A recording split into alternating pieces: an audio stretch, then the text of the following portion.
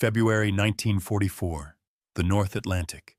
The sea is black, heaving under a winter gale.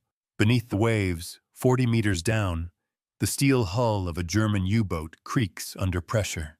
Inside the cramped vessel, the air is thick with oil, sweat, and fear. Red lamps cast a dim glow across the faces of young men in wool caps and salt-stained uniforms. Their eyes are fixed on the periscope, where their commander studies the faint silhouette of an Allied convoy. Dozens of merchant ships plowing westward, guarded by destroyers at the flanks. For years, scenes like this had meant triumph. The U-boat was the predator of the Atlantic, slipping unseen beneath the surface, striking with torpedoes, then vanishing into the dark. Admiral Karl Dönitz's Wolfpack strategy had once brought Britain to its knees. Entire convoys were torn apart. Tankers exploded in fireballs, and the shipping lanes seemed doomed to collapse. The men aboard this boat knew that history. They believed they were heirs to a deadly tradition. But now, as the commander steadies his view, a sound intrudes. Ping, ping, ping. The unmistakable rhythm of active sonar, echoing through the hull like a hammer on iron. Sonarmen shout bearings. Somewhere above, aircraft engines drone faintly through the storm, searching, circling. The hunter is no longer alone. Suddenly, the first depth charges crash into the sea. The detonation is blinding, deafening. The hull rocks violently. Light bulbs shatter, gauges rattle. Men are thrown against steel bulkheads. One sailor's nose gushes blood as he clutches the pipes above his bunk. The second wave follows, closer, sharper. Plates fall from shelves, machinery groans, rivets strain. In the control room, the captain grips the periscope handles and orders an emergency dive. The U-boat tilts steeply downward, its bow plunging into the abyss. Pumps strain, ballast tanks scream. Every man listens for the final rupture of steel that will mean instant death. But the attack does not stop. Aircraft above drop flares, their cold light searing through the waves. Destroyers converge, guided by radar, sonar, and coordination unknown to the U-boat arm just a year before. Depth charges fall in disciplined patterns, each blast closer than the last, choking the ocean with violence. This is the new war at sea. The submarine, once feared as an invisible predator, is now the prey. Admiral Dönitz's Wolfpacks, the pride of Germany's Kriegsmarine, face a deadly new adversary. American hunter-killer groups, task forces designed not merely to defend convoys, but to hunt U-boats wherever they lurk. The Battle of the Atlantic is entering its final act. The hunters have become the hunted. In the years before the war, as Europe drifted toward catastrophe, one German naval officer envisioned a strategy that could choke Britain into submission. His name was Karl Dönitz, a career submariner, veteran of the First World War, and future commander of Hitler's Kriegsmarine. To Dönitz, Germany could never match the surface fleets of Britain and America. Battleships and carriers were symbols of prestige, but they were costly, few, and vulnerable. The submarine, by contrast, was cheap, fast to build, and lethal. A single U-boat could slip unseen through the ocean's vast expanse, fire a spread of torpedoes, and vanish before escorts could react. But Dönitz dreamed of more than isolated ambushes. He conceived of the Rudel, the Wolfpack. The tactic was brutal in its simplicity. Lone U-boats patrolling the shipping lanes would shadow a convoy until nightfall. Then they would radio its position to headquarters. Dozens of submarines would converge, striking simultaneously under the cover of darkness. Escorts, overwhelmed by the sheer number of attackers, could not defend every ship. Torpedoes would spread panic, setting tankers ablaze and breaking convoys apart. When dawn came, the sea would be littered with oil, wreckage, and corpses. The results in the early years were staggering. In 1940 and 1941, U-boats sent hundreds of thousands of tons of Allied shipping to the bottom each month. Merchantmen burned off the coasts of Ireland, Canada, and even the American eastern seaboard. Lifeboats drifted aimlessly in fields of debris, their survivors staring in disbelief as other ships exploded in the night. Churchill himself would later confess, The only thing that ever really frightened me during the war was the U-boat peril. At the height of the campaign, it seemed as if Dönitz's gamble might succeed. By coordinating Wolfpacks, the Kriegsmarine could concentrate strength at the decisive point. Britain, dependent on imports for food, oil, and raw materials, faced starvation. The Royal Navy strained to protect its convoys, deploying corvettes, destroyers, and aircraft in a desperate shield. But the Atlantic was vast, and escorts were too few. Technically, the U-boats were formidable.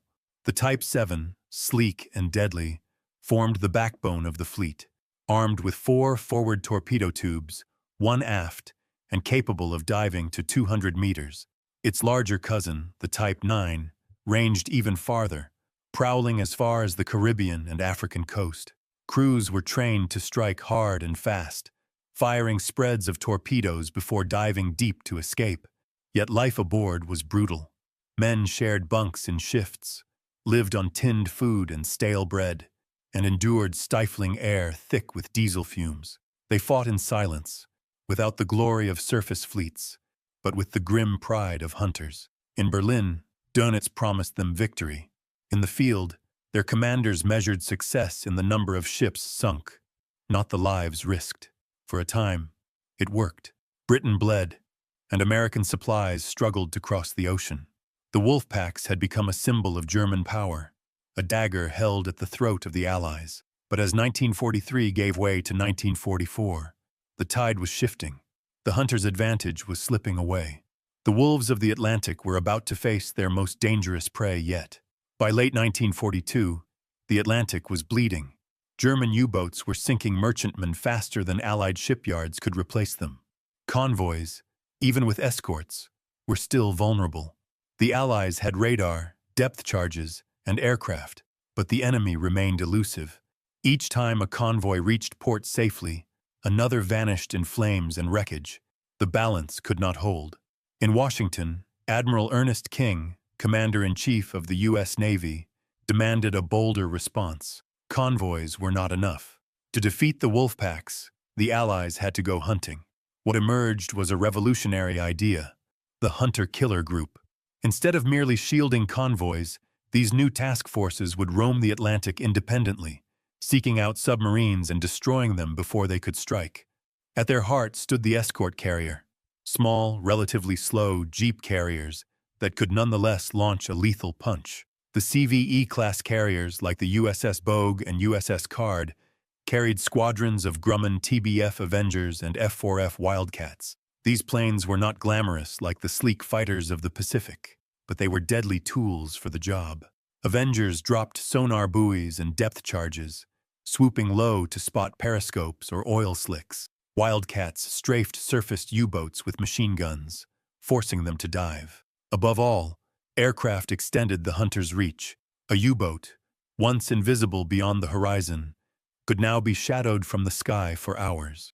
Around the carriers sailed destroyer escorts, compact warships bristling with sonar, radar, and weapons tailor-made for anti-submarine warfare. They carried the Hedgehog mortar, a forward-firing projector that launched patterns of explosives into the deep. Unlike depth charges, which exploded at preset depths, Hedgehogs only detonated on contact with a submarine's hull, ensuring deadly precision. But the real secret was not hardware alone. It was integration. For the first time, air and sea assets worked in seamless coordination. Aircraft scouted wide arcs, locating contacts. Destroyers closed in, tracking sonar pings, tightening the noose. The carrier remained at the center, directing the hunt. Each component was part of a machine designed for one purpose: relentless pursuit of the U-boat. American industry made the strategy possible. By 1943, shipyards were producing escort carriers at astonishing speed, sometimes in under 6 months from keel to commissioning. Destroyer escorts rolled off assembly lines in dozens, built in smaller shipyards across the United States. Radar sets, sonar domes, and radio gear poured from factories in quantities that Germany could never match. Where the U-boat arm struggled to replace each lost submarine, the Allies could field entire new groups every month. For the sailors who manned them, the mission was clear: take the fight to the enemy. They were no longer passive guardians of merchant convoys, waiting for the wolf to strike. Now they were hunters, carrying the battle deep into the U-boat's hunting grounds. The effect would be seismic. The Wolfpacks, once masters of the ocean's shadows, were about to discover that the sea itself was no longer safe. The transformation from prey to predator began in the spring of 1943. For the first time, American hunter-killer groups were unleashed into the North Atlantic, with orders not to defend, but to hunt. At their center sailed the USS Card and the USS Bogue, two escort carriers that would become names of dread to German submariners. On the flight decks, Avengers and Wildcats stood ready, engines warming as icy spray whipped across the bow. Their mission was simple: find and kill U-boats before they ever reached a convoy. The first victories came swiftly. In May 1943, the Card's aircraft located a shadow moving just beneath the waves. A periscope glinted in the gray morning light. The call crackled across the radio. "Contact!" Avengers dove low, releasing depth bombs in carefully calculated spreads. Below the surface, the German crew fought to dive deeper, twisting valves, shifting ballast, desperate to escape. But the explosions hammered the hull, buckling plates, shattering lights. Oil bubbled to the surface. For the first time, the hunter had been hunted to death. The Bogue followed suit. Her planes hounded another U-boat, forcing it to remain submerged far longer than safe. Inside the submarine, oxygen thinned, air turned foul, men fainted at their posts. With batteries drained, the captain had no choice. He surfaced into the waiting circle of destroyer escorts. The sea erupted in gunfire. 5-inch shells punched through the thin pressure hull, tearing the boat apart. Survivors leapt into the freezing water as flames and wreckage marked the kill. Each victory was not merely a tally, it was a revelation. For Allied sailors who had endured years of terror on the convoys, watching ship after ship vanish in the night, the sight of U-boats destroyed was exhilarating. The spell of invincibility had been broken. On the German side, the shock was profound. Reports filtered back to Dönitz's headquarters. Submarines lost not while attacking convoys, but while cruising to their patrol zones. Men were being annihilated before firing a single torpedo. The Wolfpack system, once the terror of the Atlantic, was unraveling under the relentless pressure of these new hunter groups. The Card and Bogue had drawn first blood, and their success signaled a new chapter. The balance of power in the Atlantic was tilting. No longer would the seas belong to the wolves. By the spring of 1944, the tides of the Atlantic battle had shifted. The ocean that once seemed to favor the hunter now belonged to the hunted. For 3 relentless years, Wolfpacks had terrorized the convoys. But in 1944, a new reality emerged.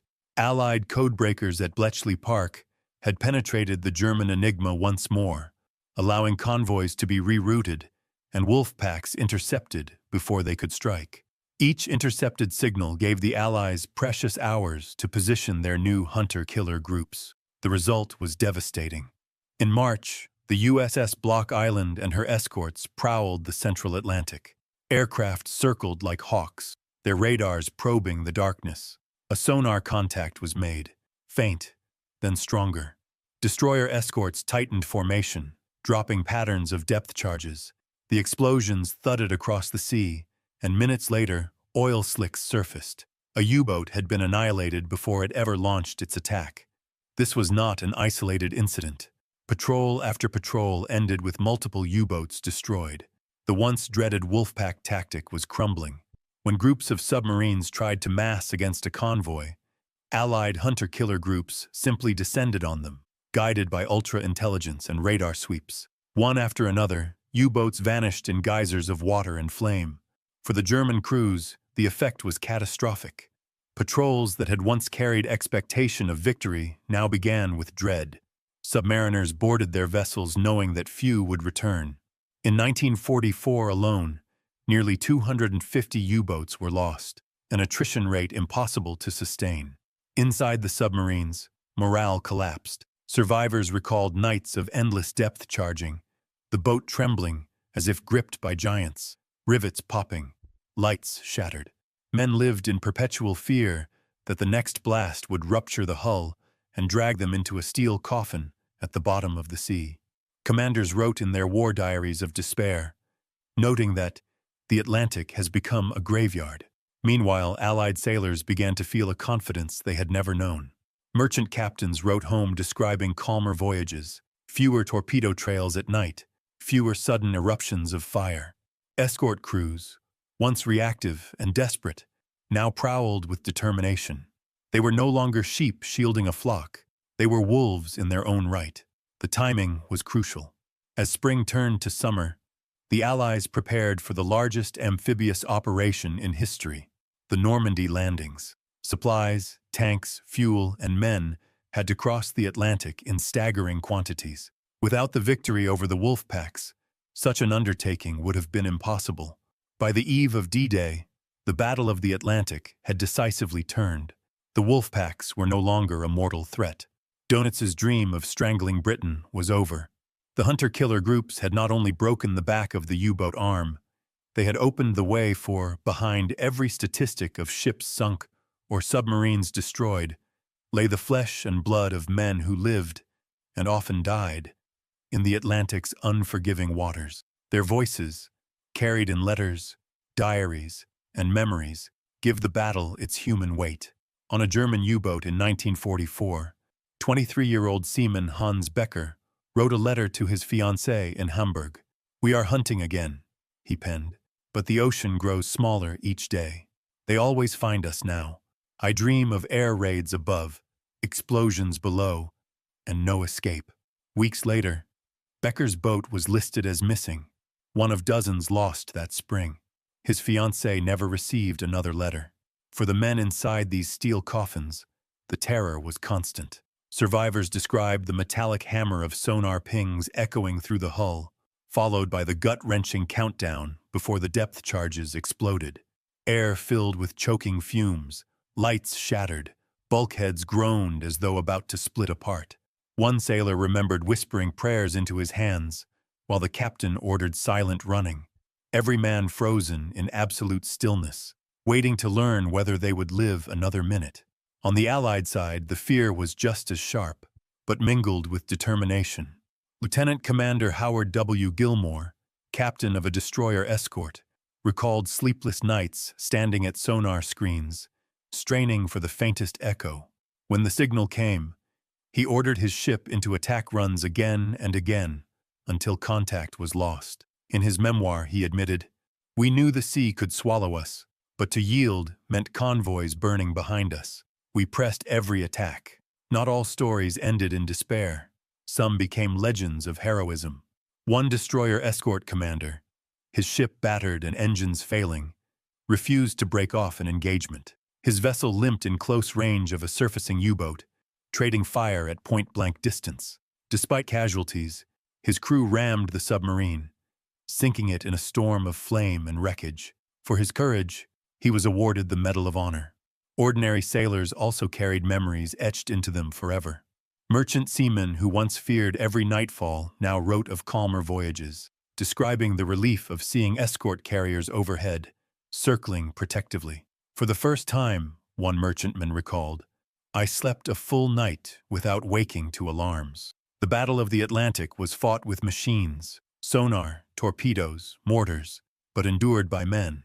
Their fears, sacrifices, and fleeting hopes remind us that beyond every tactic and weapon lay human lives suspended between survival and oblivion. In the spring of 1944, the architect of Germany's submarine war sat in his headquarters at Berlin's Tirpitzufer, staring at reports that read like death warrants.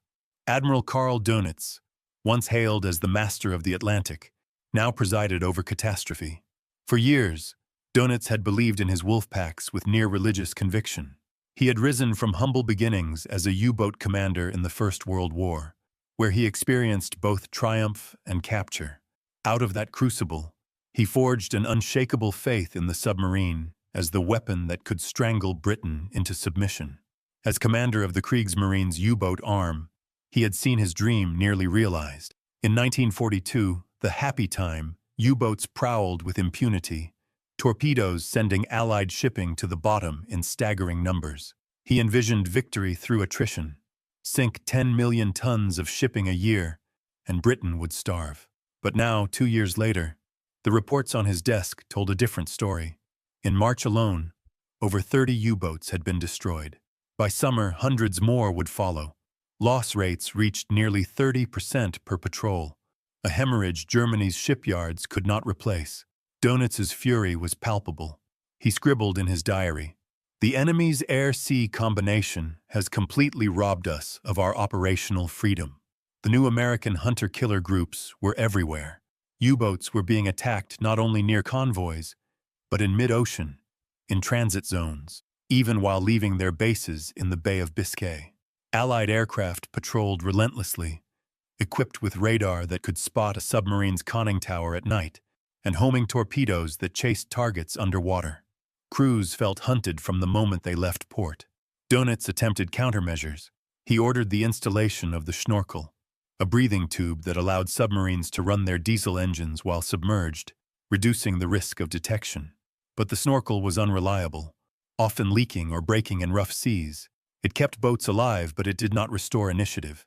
Even more ambitious was the development of the Type 1 electroboot. Sleek, fast, and capable of remaining submerged far longer than conventional U-boats, it promised to be a submarine years ahead of its time. Yet it arrived too late.